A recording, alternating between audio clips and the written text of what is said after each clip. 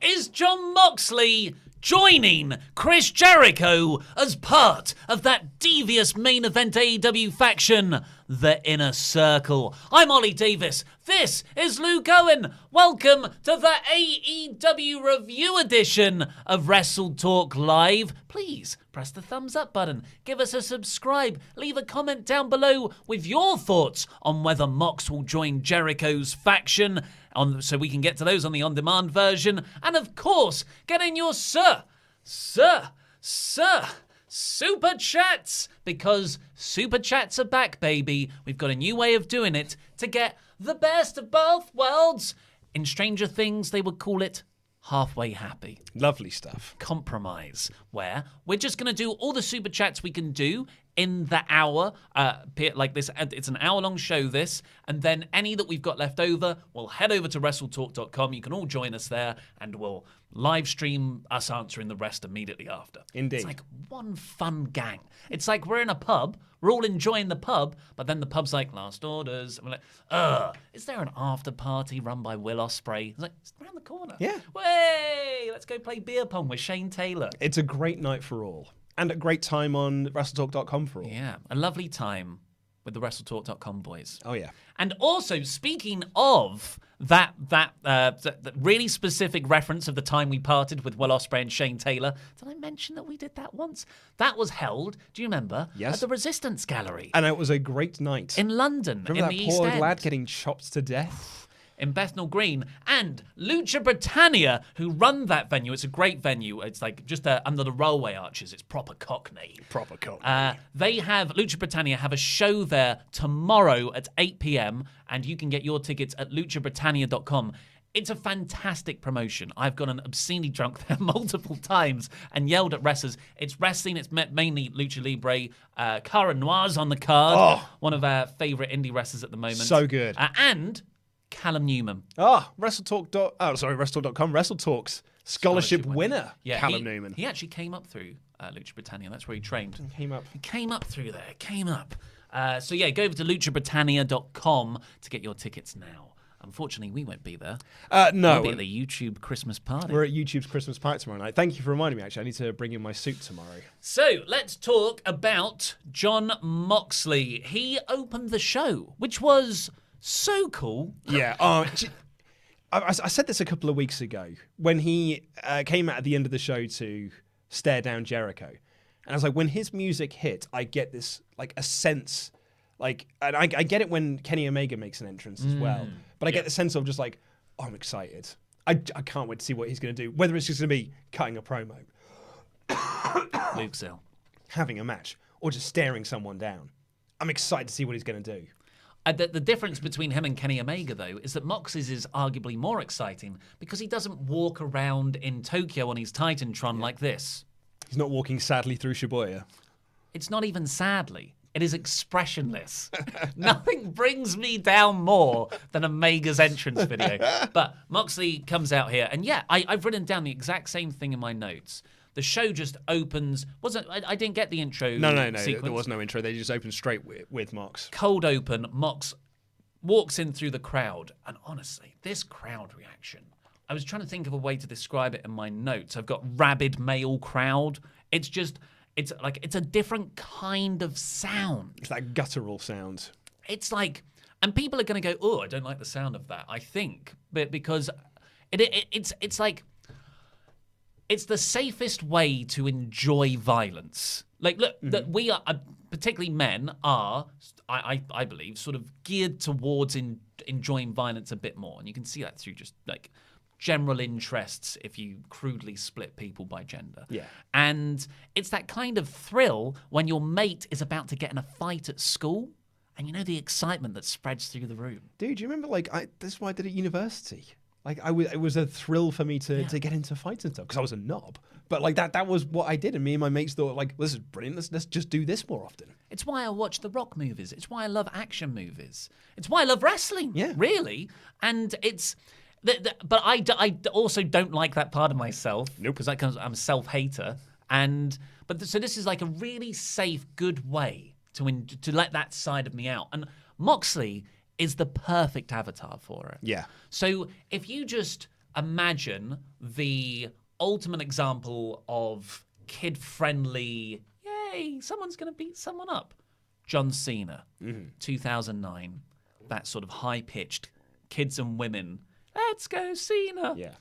The complete opposite of that is what we're getting with Mox. I am, and this is going to be this is too much of too big of a comparison. So I'm not saying it is equal. I just want to put that out in front of you now. I'm not saying this is equal. But what it reminds me of is the reaction Punk got at Money in the Bank 2011, which was when we did our Patreon podcast review of it, you'd said it is a guttural, it's the deepest of deepest reactions. I'm not saying that Mox here was as over as Punk was in Chicago, because that would be a ludicrous statement to make. But it was the same sound that was coming out. It's coming from the same place. Yeah. Yeah, and it's a hard place to tap into. That's enormously genuine. And for me, and I think for the AEW crowd, Mox has found that route, and he's lodged in my heart at the moment. He's just got superstar presence about him. He looks like such a badass when he's walking to the ring. He's got this swagger about him. I just love it so much. And they were putting over as he's got a really quick win. His quickest win was against Michael Nakazawa a couple of weeks ago. So he came in here and beat up this lad called Alex Reynolds in way quicker time. It was a handful of seconds. Yeah, it was just boom, paradigm shift. And I just thought that paradigm shift it seems like it's the same move as Dirty Deeds, but it is a completely different move. Yeah. And it's because of context. Not much true, has changed. yeah. Sure, it's a bit rougher. Maybe goes up a bit down at a sheer angle. There's not that snap. No. Usually. I've got to say as well, this was an excellent crowd all night. Yeah. A really, really great crowd in Dallas. And the Inner Circle came down to the ring. Mm-hmm. Mox also beat up John Silver. Yes, and we'll see those two later on in this show as well. Inner Circle came down to the ring. Crowd started swearing at Jericho, so we told them to watch their mouths, which just made them boo even more. Jericho as well. Just hasn't put a foot wrong for me. Yeah. Since Dynamite launched. Perfect. And that is it, really, because I think you and I could probably agree on this. From Double or Nothing to All Out, I wasn't that high on the Jericho train. I was put the title on Jericho because he's the name. Makes sense, but he's the guy I'm least interested in. He was a confusing gimmick. He seemed to be halfway between Painmaker and something new. Yeah. It wasn't until little bit of the bubbly. That's it. And he just found his character there through improvisation backstage. For a handful of words, he completely turned this around. And from that, you had the Inner Circle, and the character now completely works. And you're right, it's the Dynamite era of Jericho has been, it's been fantastic week in, week out. And he talks about how they've got 10 years of history and how Moxley approached him 10 years ago on how to become a star. And then we had wars. We beat the S word out of each other, which I thought was a nice touch because Jericho had told the crowd to mind your language. Yeah. Good heel stuff. And then he said, I helped Moxley navigate those murky waters to get here in AEW. And basically, the crux of this was to offer Moxley a place in the Inner Circle. It's can you imagine? Jericho, Moxley, Big Hurt, Santana and Ortiz, Sammy Guevara. Spanish God! Spanish God. That man over there getting really angry at a 16-year-old been on the cover of Time magazine. We could all be on the same page. And he hands him the T-shirt and says, don't need your answer now. Give it the holidays, and we'll talk about this in the new year. It's a lovely way to say, we don't have to talk about this next week. And then that's the last live show for the year. And they walked away. And Moxley sold this so well. That's why I used it as the thumbnail. I just love the face that he was putting to the camera, being like, I've been handed a T-shirt. Jim from The Office. Yeah. That's what it was. It was... Yeah. It was that look. It was Tim or Jim from The Office. I thought this was excellent. It's normal heel tactics. Jericho, obviously, kayfabe doesn't want to face Moxley. No. Like last week, he's reading through the lexicon and he does all those things. Not Jon Moxley. It was a great promo. And here he's doing the same thing, but in a different tactic of, why don't you join me? Yeah. This is Jericho. He's motivated from a place of fear. Great character trait for a heel. So, but it is also kind of a standard thing. You don't want to fight me, you want to join me. I've seen this 1,000 times. NWO did it 100 times. But when he said, that was this great word, he said, now that Moxley and Jericho together, that's a paradigm shift. Yeah. And I was like, you're tapping into what Mox's motivation is. Yeah. He's annoyed with the company, really. They keep on, the unsanctioned match when he beat Omega. You can, that I can almost believe, I don't think he will, but I can believe that Moxley would side with him. Yeah. And that makes it such a compelling story overall. Yeah, no, I completely agree. I think my only criticism against this whole thing is that I still would have preferred to hold off on Moxley Jericho. Only because I still felt there was something to be done with Moxley and Omega. Like, it felt like we should have had that singles match that would have counted. Like, I felt like that's what we were building towards. And now now Omega's doing something different, looks to be with Hangman.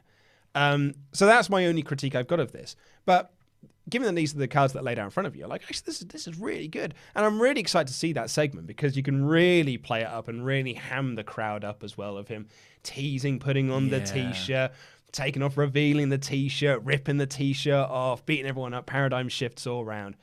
It's going to be a wonderful babyface moment for him. Yeah. It was a really strong opening, I thought, just because Mox has, we've said you don't need a big cliffhanger angle to end AEW Dynamite. You just need a Mox match because he's got that much charisma. And same with the opening. This was just as effective as the Young Bucks killing themselves in the main event. Totally. And Mox hardly took a bump. Barely did anything. Smart guy. That's Kevin Nash's kind of guy. It's a Randy Orton kind of guy. Yeah. So let's do some super chats with what you guys thought of the show. Luke's got it up. I have indeed, yes. So, Jobber JJ496 says, Super Chat Party! Sorry, my voice croaked a little bit there. Great wrestling all through the show. Awesome main event. Characters and storylines progressing. Not liking everything. Have rules. What do you mean? But where would the rules have been? Well, I think in the tag match, the Hangman Page Omega, there was a moment when Joey Janela effectively attacked Shawn Spears. Yeah. And it wasn't a DQ, and they just brawled to the back. I guess so, yeah. I mean, I said it in my review. I thought it was a... Didn't bug me. But we'll get onto that later, I suppose. Colostopia says, MJF is the worst. Brackets best. He's working you, brother. And Jade Star says, how long before Mox takes the title off of Jericho? Well, if he even is going to take the title off him, I think...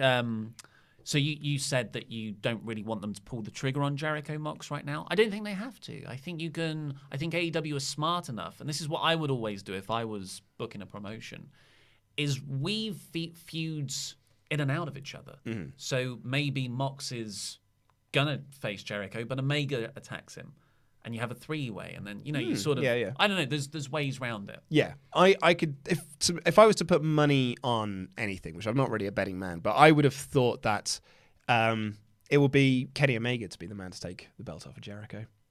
I mean, I think it should be Cody. Maybe he can't challenge for the title anymore. I know. I don't know how they're going to get round that. That babyface moment of Cody winning the belt. But I don't think it's going to happen. Jake C says, who should the Dark Order feud with first? Nightmare Collective. Gimmick on a pole match. The Ascension. Who should they feud with first? I don't know. It's almost like they've got too many tag teams at the moment. Best Friends is one you can play them off, luring someone away. Jurassic Express. Because they kind of already started that with trying to get Marco Stunt to become a creeper. That's probably the best first feud. Not their first proper serious feud. Yep. But because I think that would be with the Bucks. Right, well, we'll do two more. Dustin Turner says, I was at the show last night and the intensity of the crowd was higher than most WWE shows I've been at. The crowd was younger too. Oh, interesting. Yeah, always interesting to hear about the actual demographics of people going to shows. When you say younger, I assume you mean teenage, early 20s as opposed to how WWE skewers, which is kids. And families. Yeah. And lastly, All Elite DK says, TLC came early thanks to AEW. That's how you do it. Well, I'm sure WWE will have some... I'm looking forward to a lot of the TLC matches, actually. Yeah, I'm really looking forward to Flair and Lynch versus the Kabuki Warriors in TLC. I'm looking forward to that more than I am Roman Corbin in TLC. Definitely. Although I love Corbs.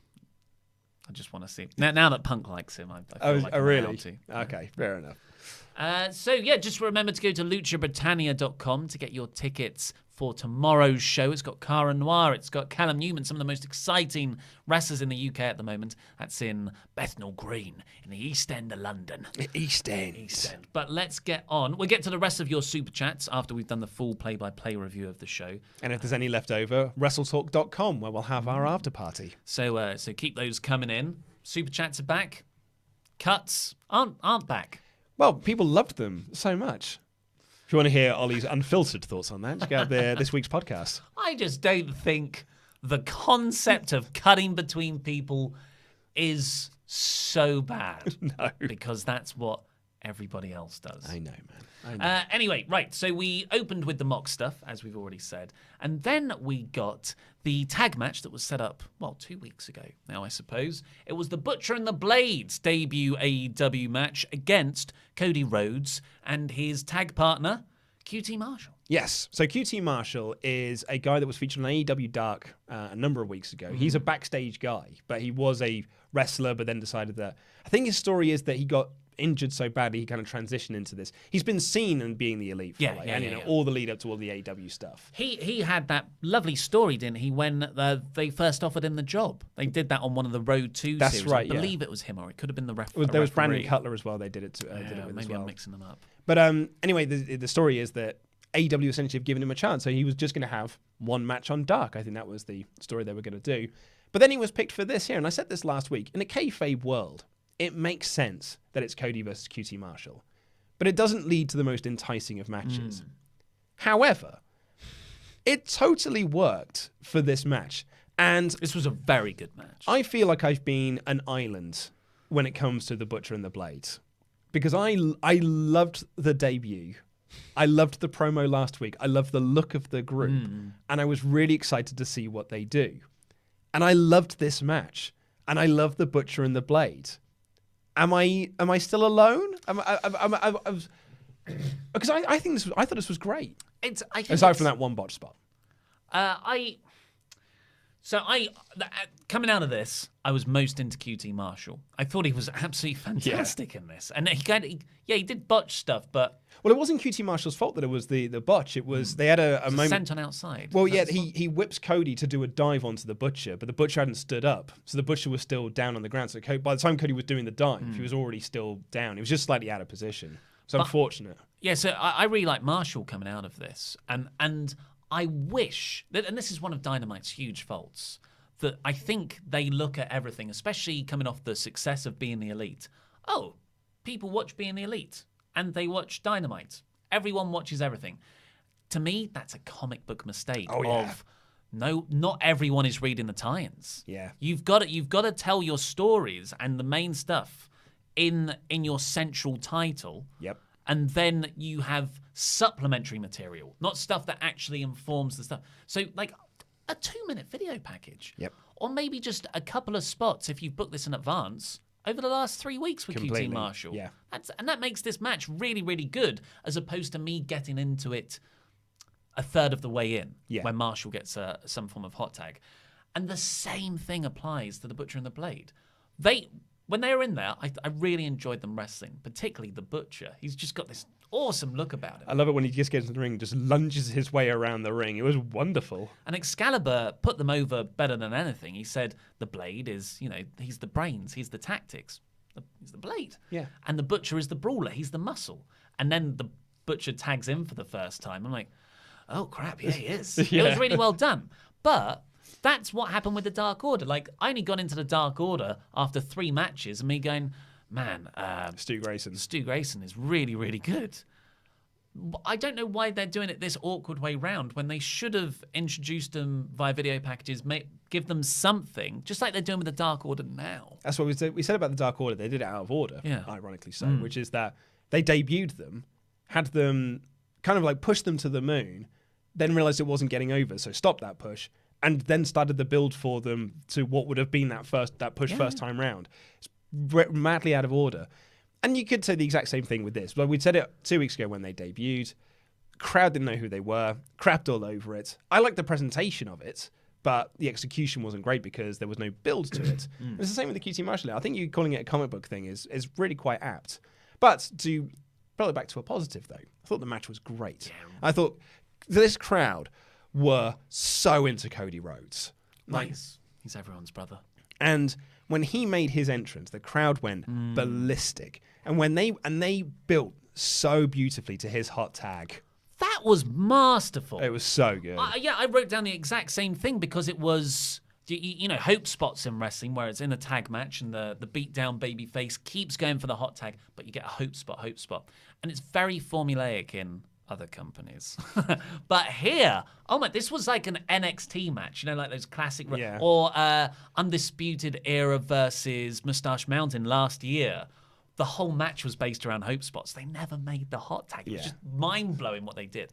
And it was like, because you'd have the Butcher run in, beat down Marshall, cut him off. Then there was another cut off. Then Marshall would dip the ropes and the Butcher would fall through. Oh, he's going to make the hot tag. But Butcher takes him off the apron. Fantastic. So good. But then when Cody does get the hot tag, crowd goes bonkers.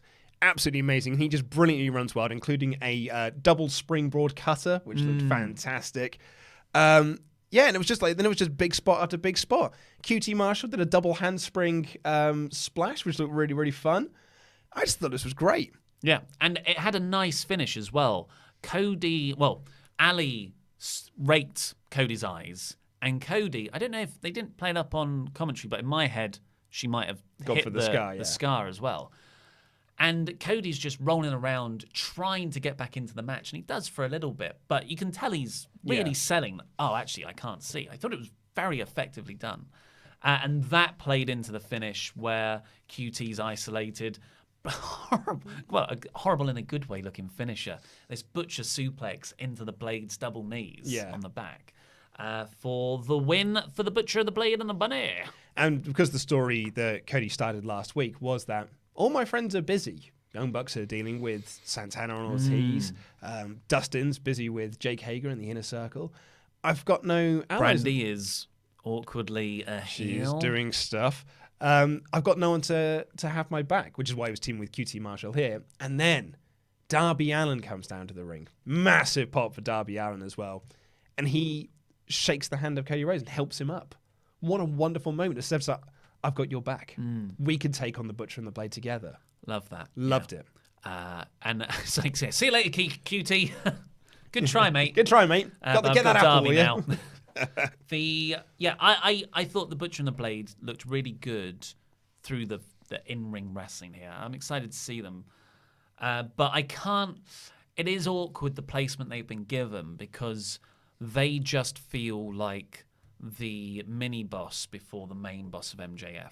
Yeah. So it immediately slots you into a certain position. And, you know, not everyone can be at the top, but I just wouldn't have done that with a debuting act. I would have done that with a established one. Yeah. Did you see the MJF thing last week? Yeah. The interview, yeah. Yeah, where he said that he paid off the Butcher and the Blade to attack him. You know, why didn't you put this on TV? That was on Dark, or was it on? That was just on their YouTube channel. Like on Twitter, like what a ridiculous thing to have done. Like you put it in front of your largest audience. It's a weird oversight. I think it's weird, and it's one of the only things they haven't remedied yet, where they spread their stories across too many mediums. Yeah. They're the Wachowskis telling the Matrix. That's the problem. So after that, we get MJF. Speaking of, he comes down to the ring with Waldorf salad. What were we going to call him? I forgot. Well, I called him Statler and Wardlow. Statler and Wardlow. I like that MJF, while walking the ring, threw his gum at a fan. What a dick move. And he tells one of the grips to get into the ring, one of the grips on the outside, and says that the grip laughed last week when Cody made fun of MJF's attempt at the crossroads. And he tells him to kiss the ring. When he tries to do so, he slaps him and gives him the double cross. And then said, "Look pretty good to me." It did. It looked so much better. It did. But yeah, very funny. And then MJF, like, he worked me, man. Yeah. He cut a promo that I genuinely was like, "Don't do that, mate." I thought it went too far, but it's within. That's what he wanted. Yeah. So he makes fun of how Cody just called him a low rent Jericho. And then went at Cody with just cosmetic insults, really, real bully-like insults. He said, your hair's like a cat's pissed on it or something, where it's blonde. Your teeth are so big. I can't remember the comparison. I think he just said, they were all over the show, and then said, and targeted his lisp. I don't know why that got to me so much, because that is, I guess it's kind of the thing at school where if you have, I don't know, I always had tremendous sympathy for people with lisps or who were slightly overweight. It's like just like speech impediments and things like that. Like, don't go there. There's far more fun things to take the mick out of people. Well, particularly as well that, we're not trying to reference other companies. Yeah. But Cody's previous employer bullied him for the fact that he had a lisp, and he had to get, elocution lessons to try and get rid of it. And that's something that's got to weigh on your mind, mentally over the years. Yeah. And I'm not saying they shouldn't have done it. I think it's really good that they did do it and they went there, because it's It's all about AEW, not... Sorry. You just said that. I think it was a good thing that WWE bullied him for having a list. I love all the JR stuff, WWE. No, I'm talking about AEW and MJF here. Of course, all of this is signed off on by Cody as well. This is coming from a creative place. Yeah. And it just, it got to me in a way that doesn't usually... I was like, I know it's a work, but I was still like, come on, mate. Well, he is one of the few heels in this business that can generate genuine heel heat. Like last year, Tommaso Ciampa was one of those guys. Sami Callihan is one of those guys. But even that now feels like that's turning the tide. No one's loving him because he's so good. But MJF is a guy that's just like, no, I just do not like you. And it is genuine heel heat. It's not go away heel heat. It's genuine wrestling heel heat. And I think one of the crucial parts of it is before the full-on heel turn against Cody, his heel promos did have comedy in. It called people fat. It was funny stuff. It'd say it slept with people's mums. It was good stuff. What he's doing now, and it's got to be a conscious effort, is they are just nasty things. Yeah. And it's making me dislike him. Not as a person, I just, as a character. And that's exactly what you want, because I've got the complete opposite feeling for Cody, which is like, he's my brother. Yeah. But the key to this promo is that he accepted Cody's challenge. Doesn't need any of his crap, or any of his money. He's accepted his challenge. But there will be some stipulations. But he won't go over those stipulations now. Not in Dallas. No, he's going to wait till Jacksonville, which will be the January 1st show. Yeah, big show that's shaping up to be. I guess we get Mox's answer as well. Smart building, because they've already got everything for next week's show, and then it's sort of a week. Are they doing a show, or is it going to be a tape show for I have Christmas no idea, Day? to be honest. But yeah, he ended that promo with, "I'm better than you, and you know it." Was that always his catchphrase? Yeah, I can't remember. Then we got a Dark Order promo. Love these Dark Order promos. And this time it's the Beaver Boys, who we saw earlier in the night with Alex Reynolds getting beaten by Moxley. They've also been beaten on Dark. And it cuts to Alex Reynolds, and he's going through his phone looking at the results from AEW Dark, where they got beaten. And he's in this hotel room, and there's like an infotainment television. Yeah. Being through like, hey, welcome to our hotel. You can use the spa. Why not order some room service? Hey, Alex, why are you such a loser?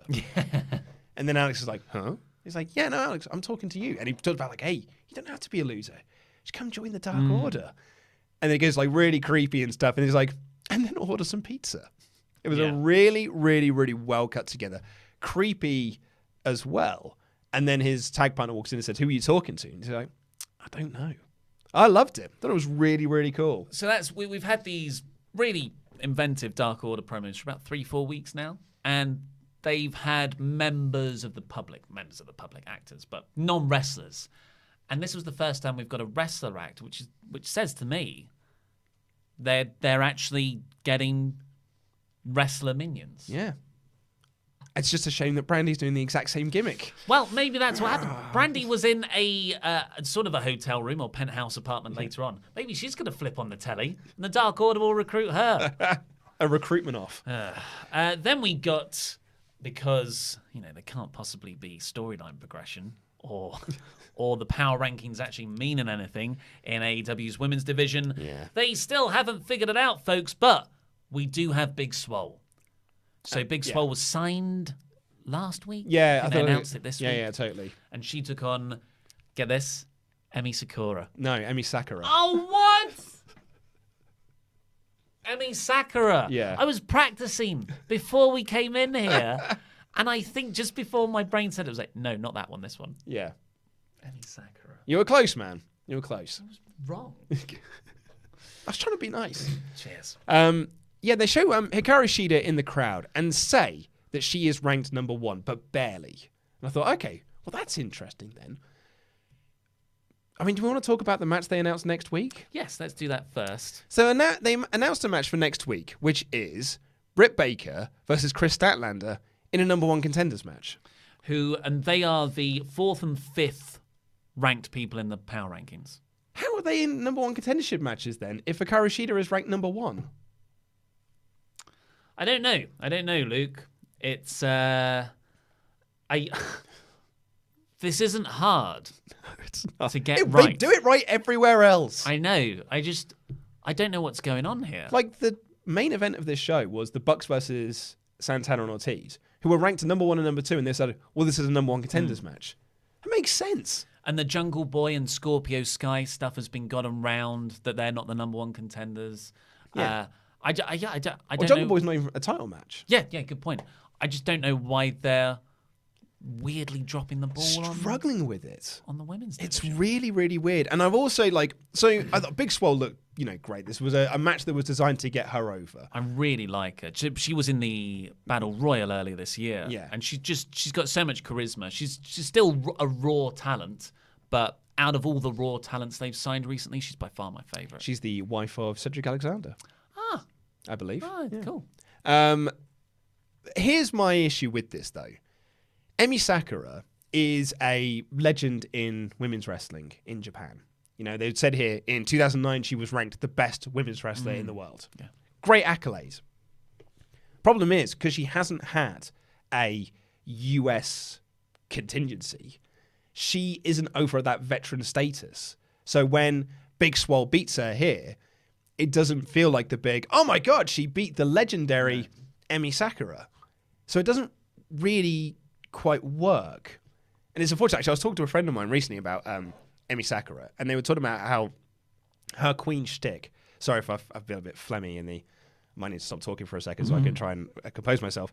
But her queen shtick gets over massive in EVE and gets over massive in the UK because Queen is a big part of sort of UK pop culture. So when she does like the "Ayo," the crowd respond to it. When she does it in America, no one does the call and response. They like that bit, though. Yeah, but they don't do all the other call and response From bits. Dodgeball. They probably think it's a weird Dodgeball gimmick. So it doesn't quite get over to the same degree that it probably should do. But AEW keep pretending like Emi Sakura is over to that sort of like legendary status. Yeah. I don't think it's working. The whole women's division isn't working. So what we got here was Big Swole had a good showing. It was a little bit sloppy at times, but there was a great rolling surfboard stretch. Oh yeah, from Emi. yeah, that was great. Really, really good. And Swole's facials were really good. There was a bit of mic stand shenanigans in the middle, but Swole won, and I was like, cool. I like Big Swole, but I had this with Chris Statlander the other week, and Shanna a few weeks before then, and I just thought, where's Rio? Fair enough, you're keeping her off TV. She's the champion, but I really think she should be around more. We haven't seen her since Full Gear, right? Nope. But then okay, you're making the champions feel special.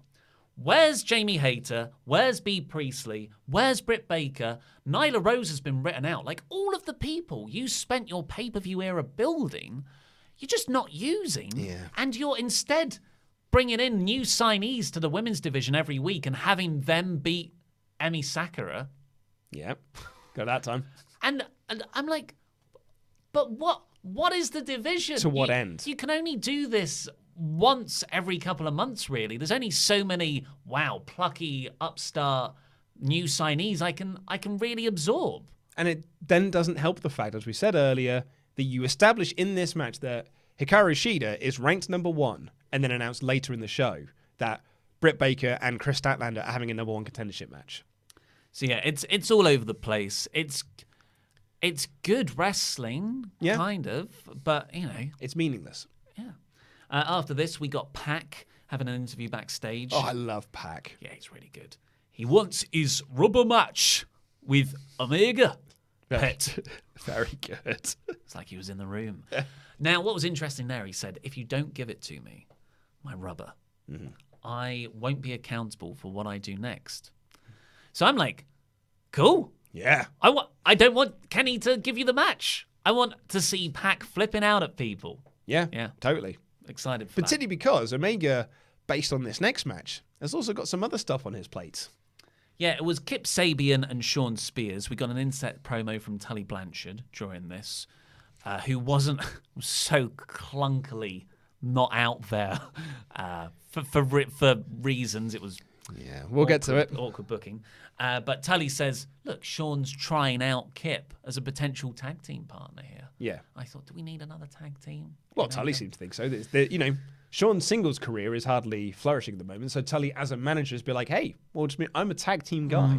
Move into the tag team era. On Spears' name bar, it had on his name bar 4 straight singles wins. Yeah. It's a pretty good singles record. Yeah, perhaps. I did like Paige's one, where it's just like, spent last week home alone with a bottle of whiskey. But everyone comes out, and Omega's reaction is crazy. Yeah. The roof lifts off the place. He's a Absolutely star. Amazing. Well, yeah, he is. Book him like it. I know. I feel like I'm being weirdly down on AEW. I'm not really enjoyed the episode, by the way. It's just there are a few easy wins. Yeah. And that is Kenny Omega should be having amazing singles squashes or matches or whatever. It's like they're all afraid to admit to being the best in the world. They don't want to Jarrett it. Yeah. I think that's the key here, is none of them want to Jarrett this. And I think that's, in some cases... What a weird but understandable lesson to take from the last 2 decades. Completely. And yeah, the Kenny one, I think it's quite perplexing. I think he is one of the few people who feels like they should be pushing as more of a breakout star of all of this. You know, housemate Simon and I were chatting about this the other week, and he feels since AEW, Kenny Omega's lost all of his luster. And I was like, the worst part about this is that was also by design. Yeah. The whole point of Kenny's story this year is supposed to have been, I've lost all my luster. And yeah, granted, from a character perspective, that's quite interesting.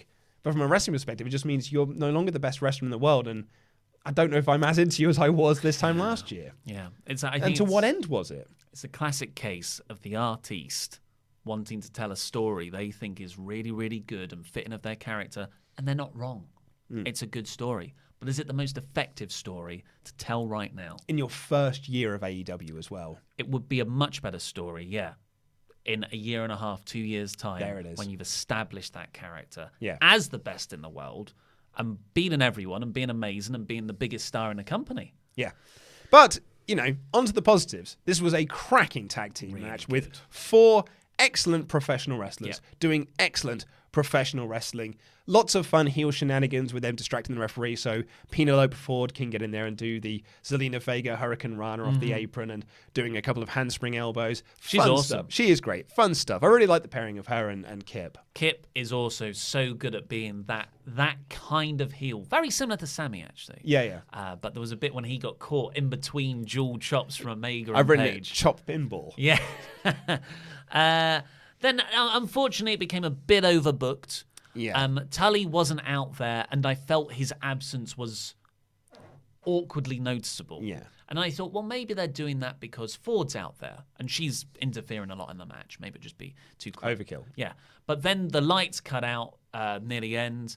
It's Shawn Spears' entrance. It comes up on the ramp, and Tully is tied on the chair by Joey Janela. And he's put his sunglasses on him as well. Yeah. And so Joey's there being like, I'm Joey Janela. And Shawn Spears runs up, frees Tully Blanchard, and then he and Joey brawl to the back. So Kip's left on his own. And that's the sort of rule annoyance, I suppose. Yeah. And the crowd kind of died off because it was weird. I don't think it really got over. And we were left in this situation where Kenny was just beating up Kip Sabian. So they started a second storyline for this finish. Hey, but I loved this story. I was about to say, I really, really cannot wait to see where this storyline goes, particularly with the match they've announced for next week. One of the best moments in wrestling ever is WrestleMania, can't remember. That's how good it was.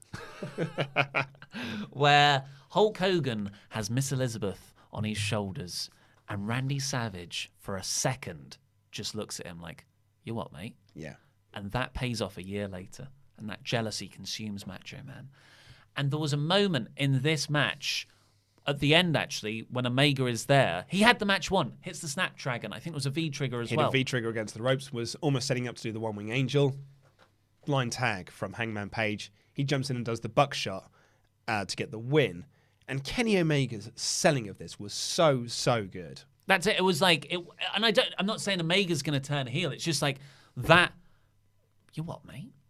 But not like annoyed and the sort of pushing. Yeah. It was perfect. It was perplexion. Yeah. Where he essentially and I've watched it back a couple of times now, just watching Kenny and all of this, because PAC Page just celebrates being like, yes, I won, which is good because Page feels like he needs to start getting some of these wins because his win-loss record is patchy in AEW. You know, he lost the first title match and then he's lost to MJF and he's lost it and then the other.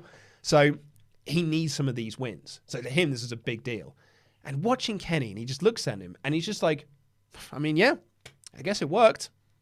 It was a really interesting dynamic of just like, I don't agree with the tactic, but I suppose it got us a victory. So I can't fully disagree with it. But at the same time, I don't think you needed to blind tag in. I think I had the match won. You're my mate. Yeah. But you're being a bit of a dick. But I know you're going through some hard times right now. And we won. He said all of that with 2 seconds of face. It was amazing. Absolutely amazing. I'm so intrigued by all this. And they announced next week those two are facing the Lucha Brothers. I mean, that on paper just sounds great as it is.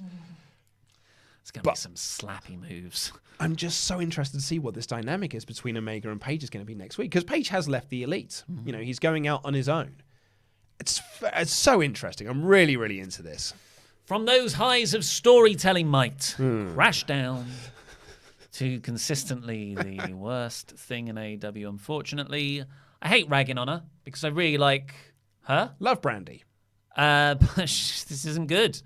Brandy Rhodes is now in a sort of hotel room penthouse suite. She unclips what I thought was going to be her whole dress, but was just like a bit of fabric on her waist. Wishful thinking. It was just a weird thing to do. I don't know why. Hello. Yeah, she's in this penthouse thing. She's like, "Where's Riho been?" Good question. She's so small, she's disappeared. I thought that was a good line. Yeah, and she says that Britt is just here to consistently mention her boyfriend. She's just a groupie. Now I know what you're thinking. I mention my husband all the time, but we've been married 7 years. I didn't think that was good because Britt Baker's never mentioned Adam Cole. No, the commentary team has. Yeah, you should take aim at her being a dentist. Yeah, I don't think. Yeah, I thought that was misjudged. I thought it was as well. And then she said that the offer to Statlander still Standlander. Nice. And the woman who had her head shaved last week was there, and a bald man was also there, but Brandy told him not to reveal himself just yet. So, multi-gender. I thought it was just going to be a women's faction. Yeah. Any ideas on who it will be? I don't know if I care enough to even consider. That's the problem, isn't it? Because there's been so many debuts in the last couple of weeks. And, in Dynamite's existence. I think we should close the doors now, apart from Luke Harper. And that's in March. And Marty Scurll. Yeah. And PCO. The Revival. But we should close the doors Maybe now, the Hardys. apart from everyone I like. And just focus on building the talent that you've got, because you've got Kenny Omega and Pentagon. Really? That's all I want to see him for Infinity. Right, onto some positivity now. Jericho comes out and ejects Tony Schiavone and Excalibur from the commentary desk. You said his name wrong? Tony Schiavone. Is it? Is how Jericho says it. Oh, is it? Oh, okay, do apologise. But I love that so Jericho and Hager are there to provide commentary. Hager says nothing, which is part of the good gag about it. Angrily tweeting about Greta Thunberg. But he was there. Jericho said, "Excalibur's an idiot. Here's what lexicon means." I went through the Greek translation of lexicon. He was on absolute fire. Oh, God, he was so good. Did you pick up on this as well? He called Luchasaurus 6'7". Did it? I did not pick up on This that. is a reference to the thing that sort of came out over the weekend, where there was a Roman Reigns promo on SmackDown. You see this? Yeah. And I saw your news about it as well. And Reigns says Baron Corbin's tall. He's 6'6", nearly 6'8". And Kevin Owens tweets about it, saying, This happened before, like several years ago. Are we not allowed to say 6'7"? And Corey tweeted back, maybe joking, maybe being genuine. No, it's on the ban list. So for whatever reason, Vince McMahon doesn't like the height 6'7". It was just that's how you do a jab, a funny jab at the other promotion. Yeah. Not like Brandy's weird Adam Cole reference, baby. Do you know what? I just love Jurassic Express. Yeah. In the same way that I love when Moxley's music hits, I get the same thing when I see Jurassic Express come out. When Luchasaurus is carrying Jungle Boy, and then Marco Stunt skids underneath them, the music is great, the entrance Titantron is great. Their whole presentation is just so good. I love this team. I mean, they suck as a team because they never win. Like Jungle Boy's record is 0-8. But I think they're great. It's like, there's the little ventricle of my heart that's for Moxley, but they've got a different part of the heart. Yeah. And it's the more like childlike wonder. That's exactly it. Yeah, totally. It was a really nice. So it was Luchasaurus versus Sammy Guevara. Really nice way to build Jericho versus Jungle Boy next week. It was a pretty quickish match. Most of it took place during the ad break, unfortunately. And Luchasaurus hit the tombstone, sort of like, I've written tombstone splash for the win, I guess. It was a really cool spot when the crowd properly got into it. Sammy Guevara did the Andrade, or Kota Ibushi, I guess. I don't know who did it first. The miss a moonsault, stand up, try and hit the other moonsault, but then he missed that, and then he went for a shooting star, but Luchasaurus catches him on the ground in a choke slam. It's really, really good, yeah. But as soon as Luchasaurus wins, Jericho and Hager are all, like, as soon as the referee's not even finished counting 3, they're already running down there. It's great work from them. And they all brawl, and in all of this, Jungle Boy hits like a Hurricane Rana pin on Jericho. Marco Stunt slides in, counts the 3, and they celebrate like they've just pinned Jericho, and Jericho's just shouting, that didn't count, sold the loss perfectly. Yeah. Jericho is, he's on another level right now. I've written here, and I hope he does this, in 10 years' time, when he's not wrestling anymore, he was so good on commentary, he could be the next generation's Jerry the King Lawler. Yeah, that's a really good shout. Like, for what Jerry was for me when I was growing up on the Attitude Era commentary, Jericho was so good on commentary here, he could be that kind of heel color commentator. He could do all of that without the sexism and racism. But I'm sure, like, in 30 years after that, there'll be new things that make it feel awkward. Then AEW announced NXT TakeOver Revolution. I thought it was Evolution at first. I was like, oh, lads, we've already had this one. February 29th is going to be the pay-per-view in Chicago, downtown Chicago, they said. A leap year day. Yes, it is, yeah. And it's I think it's also part of a comic book convention. Smart move. So AEW Revolution is their next pay-per-view. And they announced next week we're getting Lucha Brothers versus Omega Page. Yes. Jungle Boy versus Chris Jericho in a 10-minute match. Britt Baker versus Chris Statler in a number 1 contenders match. And they say that Riho is going to be there to watch the match. But the main event was Bonkers. setting up the other big match next week, the tag team title match. And this was the number 1 contenders match for that, really. It was a Texas street fight, because we were in Texas. Great crowd. Young Bucks versus Proud and Powerful. And the Young Bucks weren't even off the ramp for their entrance when it got started. Yeah. Absolute chaos. Million miles a second. Just insanity. Absolute insanity from the get-go. Like, right at the start of this match, they put Brandon Cutler through the stage. And then Nick Jackson did a big swanton off the entrance tunnel through a table. There was also an indie driver on the ramp. Then Nick sent on... Oh, yeah, we've done that one. They get into the ring. SCU are at ringside holding the titles, watching on.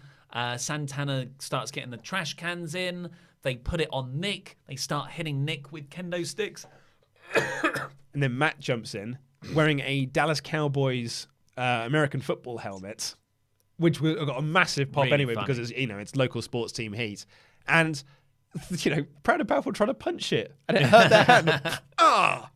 Trying to hit them with the sock thing, and it doesn't work. Yeah. It was ineffective. And he has this big double spear. It was wonderful. And then Matt does the 3 Northern Lights suplex chain, but the third one is over the top rope, through a table outside. Just when you've caught your breath for that, Santana dives through the ropes on the other side. No, so Matt does that one. He then charges at Ortiz, who backdrops him over, so Matt goes through a table. And then Ortiz runs against the rope and does a cannonball to the outside to put Nick through a table. And that was the first 3 minutes of this match. Yeah, and then there was a slight ad break. Nick 450 on a trash can on Ortiz in the ring. And this was like the first booking spot, I guess. Hager breaks up the referee count. There's a ref bump. And then Dustin's brawling with Hager, which should have been the story they were telling the last couple of weeks. I don't know why they went away from that. But sure, we're back to where we should be with them. That Nick falls through a table. There's a bang for your buck for a visual pin, but Aubrey Edwards runs down. She's too late. Kick out. Big Aubrey chance. Low blow from Ortiz. Street sleeper on a trash can on that Matt. But now Nick pulls out Aubrey Edwards to stop that count. Just insanity. And then eventually we got a super kick to the chair into the face. Meltzer driver onto some chairs for a Bucks win. Just a great chaotic main event. Yeah, it was just crazy. It wasn't, you know what? It wasn't to my tastes. Mm-hmm. I thought it was rushed. No one could really sell anything. But I enjoyed the hell out of it. And I think this kind of match really has a place on Dynamite to get that crowd that does like that stuff. Yeah. Which is, hopefully your lapsed fan or your teenage boy. Yeah, completely. Overall, I thought this was a cracking episode. A cracking episode in the terms of it was solid. So Yeah, I call it solid as well. By AEW standards, I give it a high 3 out of 5. I gave it an AEW sum, but I think really it's more likely on that sort of low AEW sum bracket. Yeah. Yeah, so pretty. It was a solid show. Like that's exactly what I called it in review. It was a solid show. So we'll get on to your thoughts on the super chats very quickly. But first, let's do some $25 a month or more Pledge Hammer Patreon shout-outs. Indeed.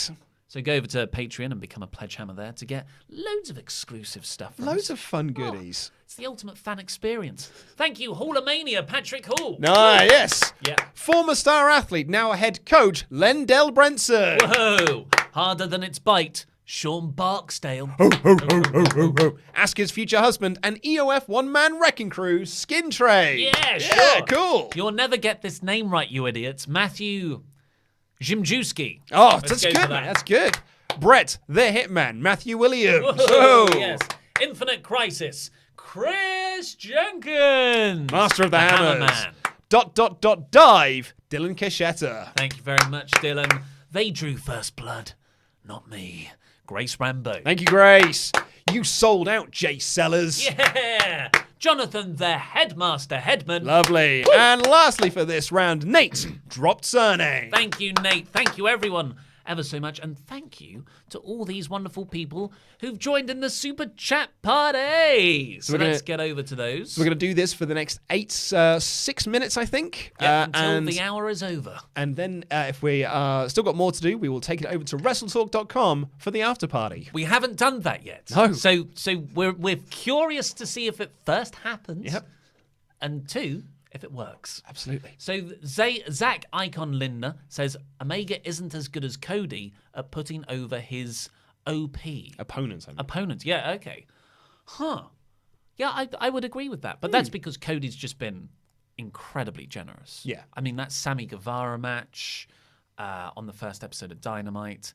The Darby Allin match. Yeah. One of my favourite matches of the year, the draw. Well, that's the other thing as well, is that Omega's just been put in high profile matches, whereas Cody has been putting himself into these matches against people like Darby Allin and Sammy Guevara, QT Marshall, with the Butcher and the Blade. Whereas Kenny Omega's been facing Moxley, PAC. Yeah. It's already the established guys.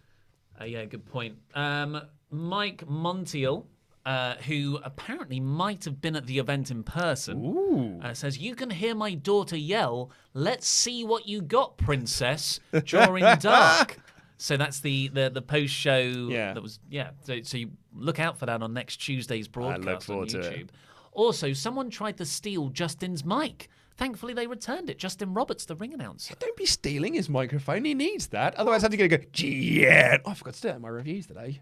What an error. I tell you what that is. Mox is ramping so many people up with his entrance. People are like, it's ECW. I want to do it. Jeff Mickle, do you think Luke Harper will join the Dark Order? If Brody Lee is joining AEW, I want a singles run. Yeah. I'm done seeing Lee as someone's second. Cult. Because that is all WWE have ever wanted him to be. They don't see him as a singles guy. They're like, no, you've got to be a tag partner for someone. He's a singles guy. And just look at that Viper in the Family storyline, when he was, on the cusp of breaking out into the upper mid card. He really could be a singles something. Yeah. Really want to see him in New Japan though. I think that's where he's suited for. Yeah. Nate drops surname. They had a shrink screen MJF promo during Cody's entrance, essentially saying the same thing as last week with picking his partner and hiring Bebebeb. Problem there, though, is that, like a lot of AEW stuff, they get some audio issues sometimes. And that promo, I couldn't hear the audio from it because they were also playing the crowd audio. Yeah, I found that difficult to hear. All Elite DK, MJF versus Cody in a Brandy on a pole match. Crying with laughter emoji 4 times. They've written that out. They have, Brandy, it's Christmas time. Well, I was going to say, I think they do mean just the drink brandy, because that's what they've spelled. Dwayne Cooley, when MJF won the ring, the diamond ring, I knew he would do the Cody literal Ring of Honor gimmick when he made people kiss the ring. That's a nice touch. Yeah, cause that's what Cody was doing, kiss the ring when people had to challenge him. All Elite DK again. Cody is the wrestler of the year for me. I could see that. And he's going to be very high on our list, I think. Yeah. And then do you want to do the general WrestleTalk related? I will do indeed. Jesse Venable said, I've missed you guys. Love the Super Chat return. Also love Ollie's Irish Chavo Guerrero accent. I can easily say WrestleTalk and Screenstalker are my go-to YouTube channels. Do you not remember this from the Patreon podcast from Ramble Club? WrestleTalk After Dark, rather. I drink too heavily in those recordings for me to remember certain And then things. you do very silly things like doing an Irish accent in place of Chavo Guerrero's dialogue. It's very good. Nate drops surname. Ollie is as good at names as JR is. Yeah. Yep. Well, he's one of the best commentators of all time. Matthew Shields said, what happened to the Q&A live streams? Those were only ever a thing to make everyone like us again. And it worked, you fools! Yeah. No, we did one for each presenter. We can't really do one every week. But we'll probably do one once every month, once every 2 months, just so everyone knows, like, hey, we're thinking of doing these things. This is what we're working on, yeah. But initially we just hammered it because we wanted a babyface turn. But there will be no post-show, no after-party, because we've got through it all in the hour. I feel like it's like the old Matt Damon joke on... what show was that? Jimmy Fallon. Jimmy Fallon? No, it was Jimmy Kimmel, you're right. One of the Jimmys. Where every episode... James Corden. We're out of time. Sorry, WrestleTalk backstage. Okay then. No more Super Chats have come in. Nope, I think we're all good. Last minute Super Chats. Well, thank you very much to our All Elite has just said, when it comes to Super Chats, I'm All Elite, love you. Thank you. Thank you very much to Jeremy N as well for being our mod manager here. Thank you. Anyone else on the mods today, Pete? Mod Mother's in there. Lady Mod Mother, Lou. as always, Lady Lou. Les as well as also in there. Cheers, Les. Cheers, Les. Thanks, folks. And please click the videos that have just appeared on the desk right now to catch up with the latest awesome WrestleTalk things. The news and reviews of NXT and AEW have just gone live, so go and watch that. And Pete and Simon will be back shortly with the full NXT review, so stick around for that. Indeed. But also press this button to become a Patreon on Pledge Hammer. I've been Ollie Davis. This has been Luke Owen, and that was wrestling. Nope. I've got to end this stream as well. Why doesn't it work?